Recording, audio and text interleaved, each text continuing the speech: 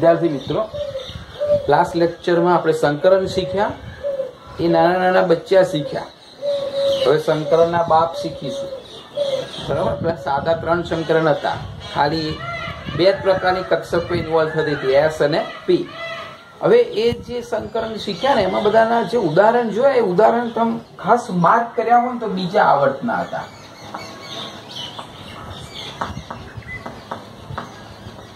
એટલે આપણે કાર્બન જોયું, બરોબર, નાઇટ્રોજન જોયું, ઓક્સિજન જોયું, આના ઉદાહરણ જોયા. આ બધા બીજા આવર્તના છે. અને બીજા આવર્તનની અંદર જે કક્ષાઓ અને જે કક્ષકો હોય છે એ લિમિટમાં હોય છે. પરંતુ જ્યારે ત્રીજા આવર્તની એન્ટ્રી પડે છે તો ત્રીજા આવર્તમાં રહેલા તત્વોમાં, એટલે કે n બરાબર 3, તો n બરાબર 3 ની જયારે વાત કરીશું ત્યારે એમાં 3s, 3p અને 3d બધી કક્ષકનો સમાવેશ થાય છે. આમાં એટલી બધી કક્ષકો નથી. આમાં બીજા આવર્તની અંદર આપણને 2s અને 2p જ કક્ષકો મળતી હતી.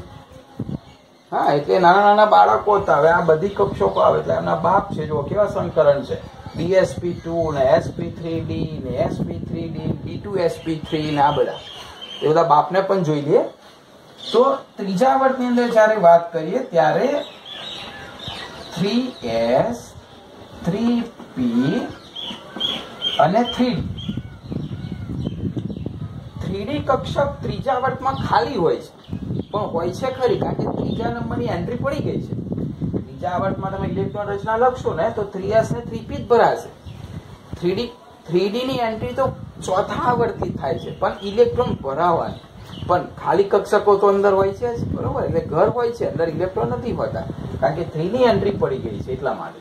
તો આ જે 3d ની એન્ટ્રી પડે છે, જે અહીંયા નથી, એના લીધે વિવિધ પ્રકારના વધારે પરમાણુએ જોડાય, એટલે બહુ પરમાણુય અણુઓની રચનાઓ થાય છે. એમાં આપણે શીખ્યા કે એક શરત હતી કે સંકરણ બધા વચ્ચે શક્ય નથી.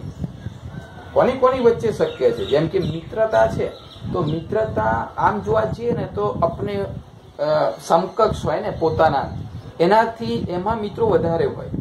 જેમ કે કરોડપતિનો અને રોડપતિના મિત્રતાની વાત બહુ મોટો તફાવત હોય છે, પરંતુ કરોડપતિઓના મિત્રતા, મધ્યમ પરિવારના મિત્રતા, નિર્બળ, આર્થિક રીતે નિર્બળ હોય, ચાલીમાં રહેતા હોય, ઝૂંપડપટ્ટીમાં રહેતા હોય, એ લોકો વચ્ચે મિત્રતા બહુ ઝડપથી થઈ જાય છે.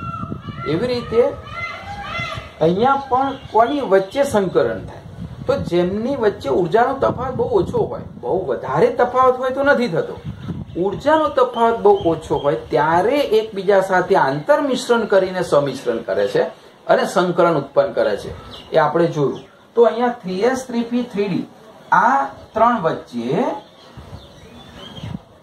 ઉર્જાનો તફાવત ઓછો છે અને એટલા માટે આ 3 વચ્ચે સંકરણ થાય છે. એવી જ રીતે 3d પછી 4s અને 4p આપણે જોયું હોય તો 3d પહેલા ખબર છે 4s ભરાય છે. ઇલેક્ટ્રોન રચના તમે જુઓ ને તો 3p પછી 4s ભરાય, પછી 3d ભરાય છે. કેલ્શિયમ પછી તમે જોયું હોય તો એનો મતલબ આમાં આને પણ બહુ તફાવત નથી, તો 4s ને 4p વચ્ચે પણ બહુ તફાવત નથી. એટલે આ 3 વચ્ચે પણ તફાવત, ઉર્જાનો તફાવત જે છે બહુ ઓછો છે.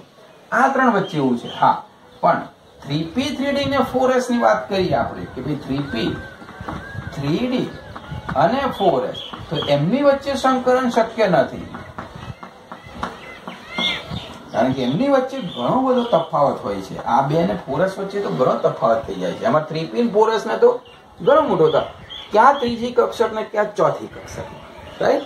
એટલે એ 3 શક્ય નથી, પરંતુ 3s, 3p, 3d વચ્ચે સંકરણ શક્ય છે, 3d, 4s ને 4p વચ્ચે સંકરણ શક્ય છે, કારણ કે ઉર્જાનો તફાવત ઓછો છે. અને એટલા માટે આવા વિવિધ પ્રકારના સંકરણો બને છે. સંકરણ છે dsp2, એટલે d ની એક કક્ષક, s ની અને p ની, એટલે કે અહીંયા આગળ dsp2, p ની 2, s ની 1 અને d, એવું સંકરણ બને છે. તો કુલ 2 ને 3 ને 4, એટલે કે સમતલ્ય ચોરસ રચના બને છે. હવે ઉદાહરણ જોઈશું. dsp2 સમતલ્ય ચોરસ હોય છે, જેવી રીતે sp સંકરણ રેખીય, sp2 ત્રિકોણ 120 નો ખૂણો સમતલ્ય ત્રિકોણ, sp3 સમચતુષ્ફલકીય 109.5 ડિગ્રી, એવી રીતે dsp2 એટલે કે સમતલ્ય ચોરસ, sp3d એટલે sp p ની 3 d ની 1 s ની એટલે અહીંયા જો s ની ધારો કે 1 એટલે 1s, p ની 3 3p, d ની 1 સોરી d ની 1, તો અહીંયાથી સંકલન બને છે કયું બને છે sp3d, sp3d આવી રીતે સંકલન બને. તો એ ત્રિકોણીય પિરામિડ કેમ? કારણ કે 3 ને 1 4 અને 5 અને 5 હોય તો આપણે VSC PR માં આકારો શીખ્યા ત્રિકોણીય પિરામિડલ આકાર. હવે એવી રીતે અહીંયા sp3d, sp3d એ ચોરસ પિરામિડલ પણ હોઈ શકે. તમે અહીંયા જુઓ sp3d, sp3d, sp3d 3 પ્રકારના આકારો ધરાવે. આપણે જો ને sp3 સંકરણની અંદર 3 પ્રકારના આકારો શીખ્યા. મિથેન હતો તો સમચતુષ્ફલકીય આકાર, એમોનિયા હતો તો ત્રિકોણીય પિરામિડલ થયો, ભલે sp3 સંકરણ, H2O એનું પણ સંકરણ sp3 કોણીય આકાર. એવી રીતે અહીંયા અબંધકારક ઇલેક્ટ્રોન કેટલા છે અને કેવી રીતે બંધ બનાવે છે એ પ્રમાણે અહીંયા 3 પ્રકારના આકાર sp3d ધરાવે છે. એક ત્રિકોણીય પિરામિડલ, એક ચોરસ પિરામિડલ અને અષ્ટફલકીય આકાર. આમાંથી કેટલાક ઉદાહરણ આપણે અત્યારે જોઈએ છીએ, બરોબર? તો આ જે હતું સંકરણના બાપ આવા છે, એને શીખવાના છે ઉદાહરણ સાથે, પણ આવી રીતે વિવિધ સંકરણ પણ બને છે. તો સંકરણનો આ છેલ્લો ટોપિક છે. હવે આપણે જટિલ થોડાક ઉદાહરણ જોઈએ.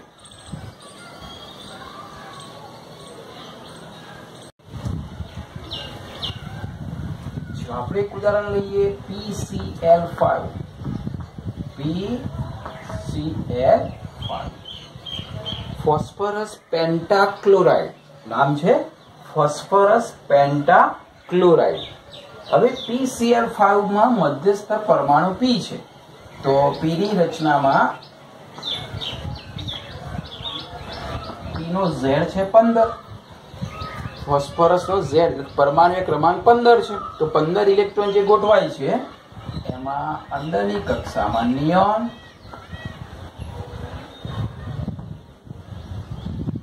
એની આગળ આવશે 3s2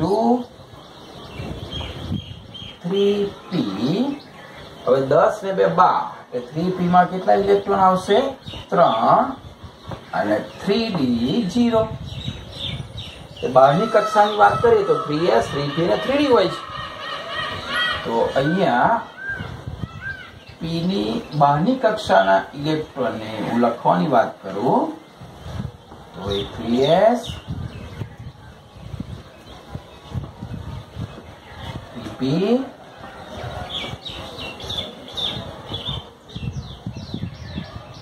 1 2 3 4 ને 5 એટલે આ છે 3s, આ છે 3p, આ છે 3d.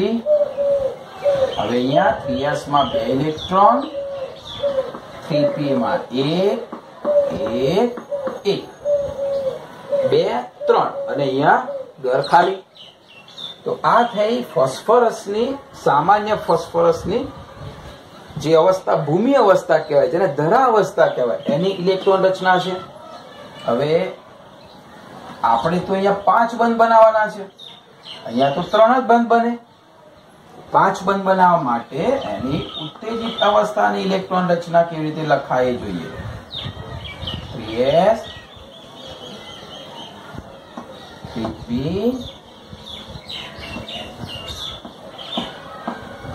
5 બરોબર.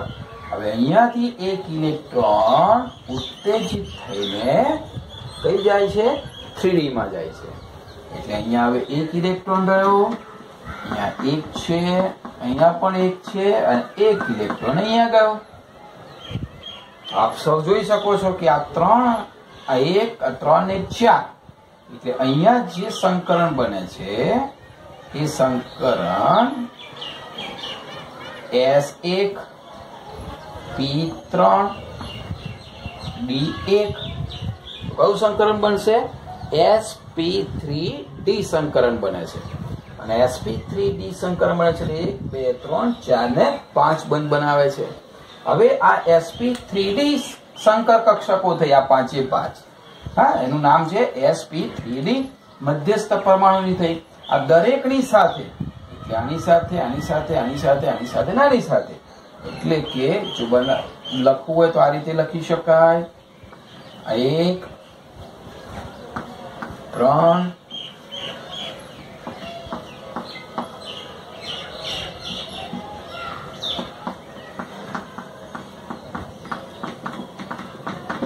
આ P છે એમાં Cl હોય તો Cl જે છે Cl ની દરેકની એક ઇલેક્ટ્રોન. Cl ની ઇલેક્ટ્રોન રચના આપ સૌ જાણો છો, રાઈટ? અહીંયા Cl ની આ જગ્યાએ Cl, અહીંયા Cl, અહીંયા Cl, Cl, Cl ને Cl. એમાં આ રીતે વિરુદ્ધ સ્પિન વાળો ઇલેક્ટ્રોન આવી રીતે 5 બંધ બનાવશે. જો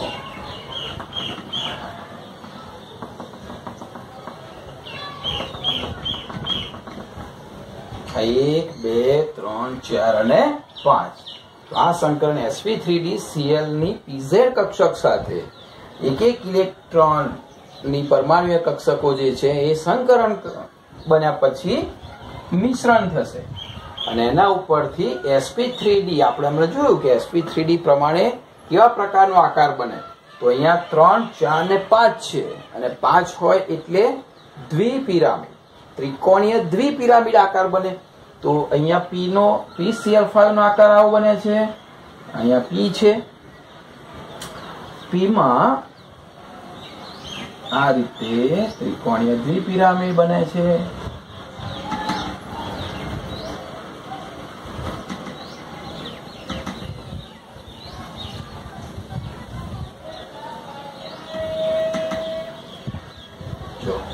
ત્રણ જે છે એ 3 Cl એકબીજા સાથે સમતલ્ય ત્રિકોણ બનાવે છે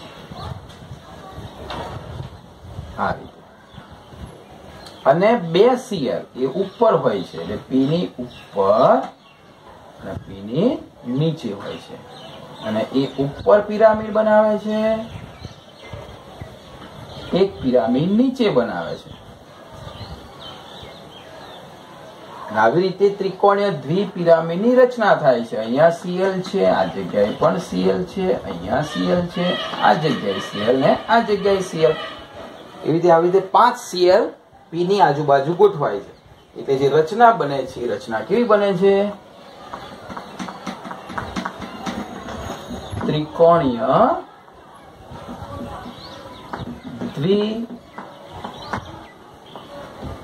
દ્વિપિરામિડલ. એક ઉપર પિરામિડ, એક નીચે પિરામિડ, વચ્ચે સમતલમાં ત્રિકોણ બને છે. અને આપ સૌ જાણો છો કે આ જે ત્રિકોણ વચ્ચે બને છે એમાં જે આ ખૂણો છે એ ખૂણો કેટલાનો હોય છે? 120 ડિગ્રીનો. અને આ જે ઉપરનો જે છે આ ખૂણો, ઉપર સમતલને જે ખૂણો બનાવે છે એ કેટલાનો બનાવે છે? 90 ડિગ્રી. એટલે એક સમતલની અંદર ત્રિકોણ હોય છે 120 ડિગ્રીના ખૂણે, સમતલની ઉપર, સમતલની નીચે 90, કારણ કે એ સમતલને 90 નો ખૂણો બનાવશે. જો સમતલને 90 એ રીતે નીચે સમતલને 90 ખૂણો બનાવશે. હવે બહુ જ અગત્યની એક બાબત જે છે 5 સિગ્મા બંધ બને છે, બરોબર? અહીંયા તમે જુઓ તો 5 સિગ્મા બંધ બને છે. એમાં 3 જે સિગ્મા બંધ છે, સમજજો, 3 જે સિગ્મા બંધ છે કોની વચ્ચે? PCl વચ્ચે. એ જે સમતલ ત્રિકોણની અંદર છે એટલે કે એકબીજાના જે 120 ડિગ્રીના ખૂણે છે 3 બંધ, 1 2 ને 3, એને વિષુવવૃત્તીય બંધ કહેવામાં આવે છે. આ જે બંધ મેં લખ્યો ને એને કહેવાય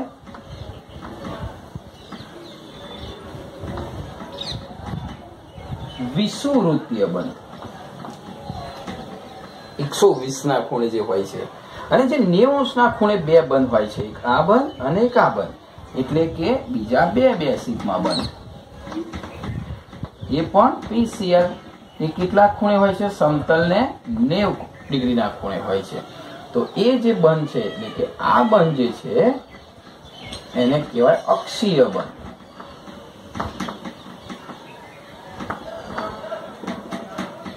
યાદ રહેશે?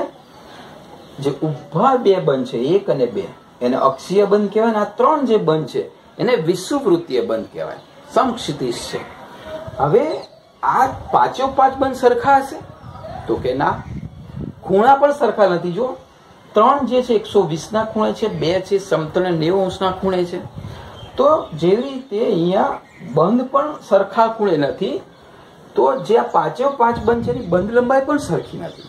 અહીંયા એવું જાણવા મળ્યું કે અક્ષીય જે બંધ છે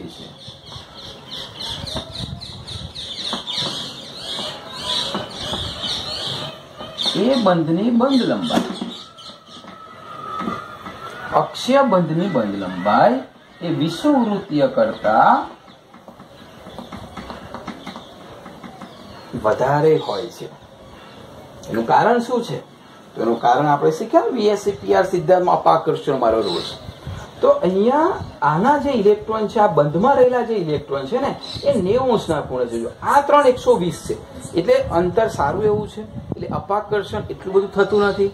પરંતુ આ 3 ની સાપેક્ષે આ જે 90 અંશના ખૂણા છે એને આ 3 સાથે 90 છે, આને આ 3 90, એટલે આ PCl સાથે 90, આ PCl સાથે 90, આ PCl સાથે 90. એટલે તો ભાઈ એવું વિચારે ને કે ભાઈ તમે તો એકબીજાને ઓલરેડી 120 અંતરે છો, કે તમે તો તમારામાં ઝઘડો તો ઓછો થાય છે, અપાકર્ષણ તમારું ઓછું થાય છે.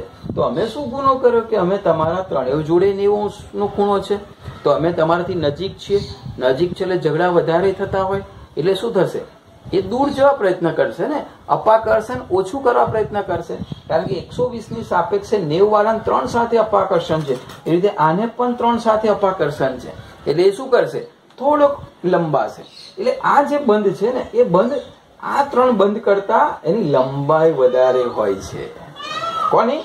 અક્ષીય બંધની લંબાઈ વિષુવવૃત્તીય કરતા. જો SEPR સિદ્ધાંત ખબર હશે તો તમને તરત ખ્યાલ આવશે, અપાકર્ષણનો સિદ્ધાંત, રાઈટ? હવે એટલે આ બંધ જ્યારે બંધ લંબાઈ વધારે હોય ત્યારે સીધી વસ્તુ છે કે આની સાપેક્ષે આ બંધ કેવો હશે? નિર્બળ હશે. કોની સાપેક્ષે? વિષુવવૃત્તીય. કારણ કે એક બંધની બંધ લંબાઈ થોડી ટૂંકી છે, આની લાંબી છે. અને આપણે શીખી ગયા બંધ લંબાઈ જેટલી વધારે એટલો તોડવો સહેલો. દોરીવાળો પતંગવાળી દોરીવાળું ઉદાહરણ. બંધ લંબાઈ જેટલી ટૂંકી એટલો તોડવા માટે વધારે ઉર્જા જોઈએ. તો સીધી વસ્તુ છે કે અહીંયા નિર્બળ બંધ બને છે. કયા? અક્ષીય. કેમ? બંધ લંબાઈ વધે છે. બંધ લંબાઈ કેમ વધે છે? આ 90 અંશના ખૂણે છે એટલે અપાકર્ષણ વધે છે. અપાકર્ષણ ઓછું કરવા માટે બંધ લંબાઈ વધારે છે. ક્લિયર? એટલે ઇલેક્ટ્રોન આનાથી દૂર ભાગવા જાય છે P થી, એટલે પેલા અપાકર્ષણ ના થાય. તો આ જે રચના હતી એ ત્રિકોણીય દ્વિપિરામિડ આકારમાં PCl5 ની રચના છે. હવે તમારામાંથી કેટલાક છોકરાઓ હશે બ્રિલિયન્ટ, એમને એક પ્રશ્ન પૂછું કે ભાઈ PCl5 છે એ P જે છે કયા સમૂહમાં છે? યાદ હશે આપ સૌને? 15મા સમૂહમાં છે, રાઈટ? 15મા સમૂહમાં એક N છે અને એક P છે, નપાસ સબ્જેક્ટ વાળું, યાદ છે ને?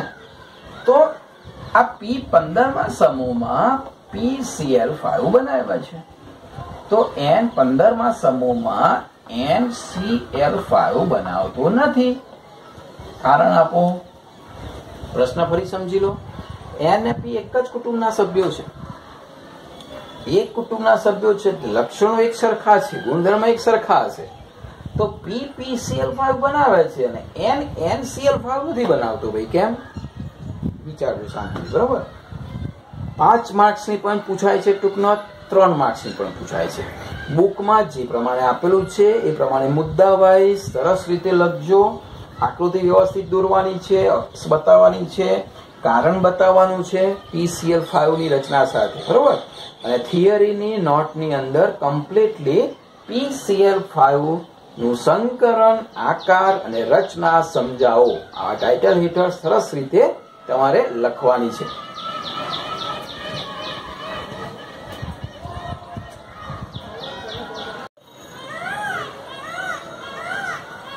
એક ઉદાહરણ લઈએ, SF6 મધ્યસ્થ પરમાણુ S. તો S ની ઇલેક્ટ્રોન રચના આપ સૌ જાણો છો, Z16 છે, એટલે કે નિયોન 3s2 3p 3d0 10 11 12 એટલે અહીંયા કેટલી આવશે 4.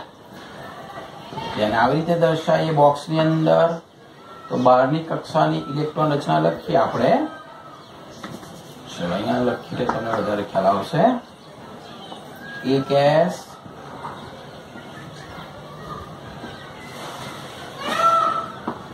3p 1 2 3 4 અને d.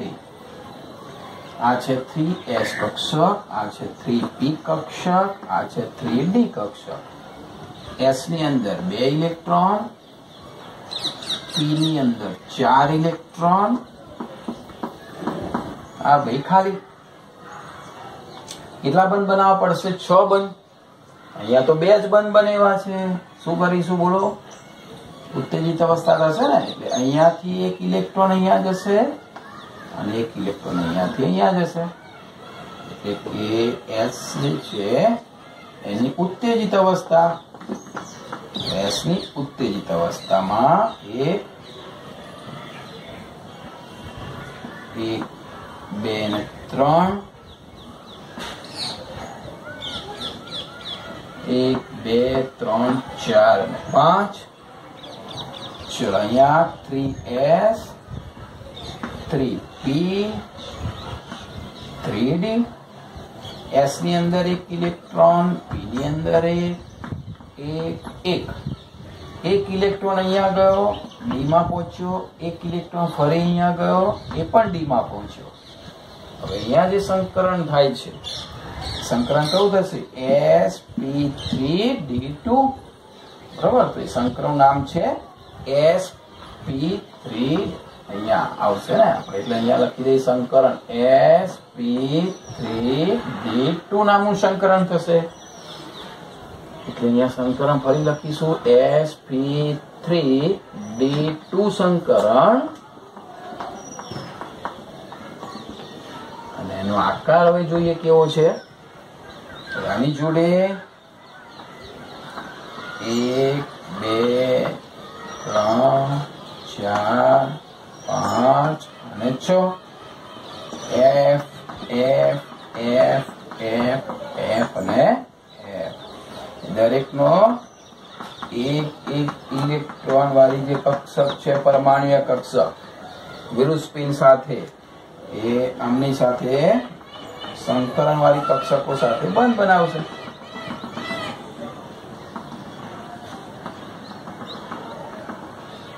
અને આ રીતે 1 2 3 4 5 અને 6 બંધ બનશે. અને 6 બંધ બનશે એટલે અહીંયા જે સંકરણ છે એમની વચ્ચે એ કયું થયું? sp3d2.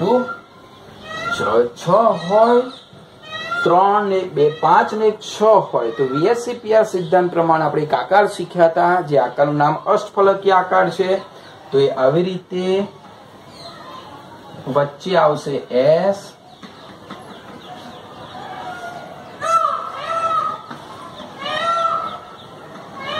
એની આજુબાજુ આ રીતે 4f હશે,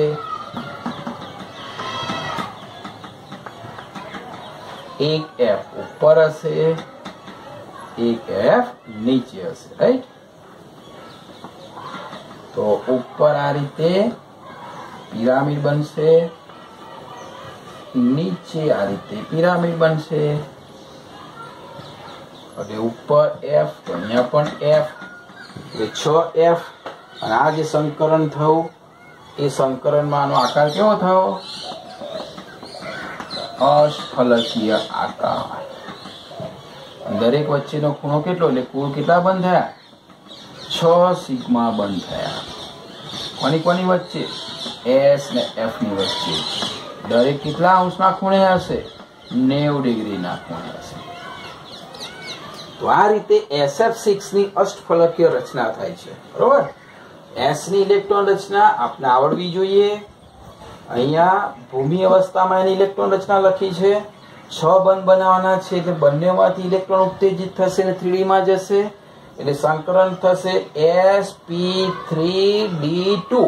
અને sp3d2 માં એક ઇલેક્ટ્રોન વાળી જે કક્ષકો છે એની સામે F ની એક ઇલેક્ટ્રોન ધરાવતી પરમાણુય કક્ષક PZ એ શું કરશે? મિશ્રણ કરશે, સમિશ્રણ થશે. સમિશ્રણ થઈને એમની વચ્ચે આ જે સંકર કક્ષકો છે sp3d2 એટલે 3 ને 2 5 ને 6 કક્ષકો છે, એ 6 સાથે F ની આંતરમિશ્રણ કરીને આ રીતે અષ્ટફલકીય રચના બનાવશે. તો આ હતી SF6 ની. આ પણ થિયરી આપણે થિયરી નોટમાં લખવાની છે. SF6 ની રચના, આકાર અને સંકરણ જણાવો. વ્યવસ્થિત રીતે બુક પ્રમાણે મુદ્દા વાઇઝ તમારે આ નોંધ તૈયાર કરવાની છે.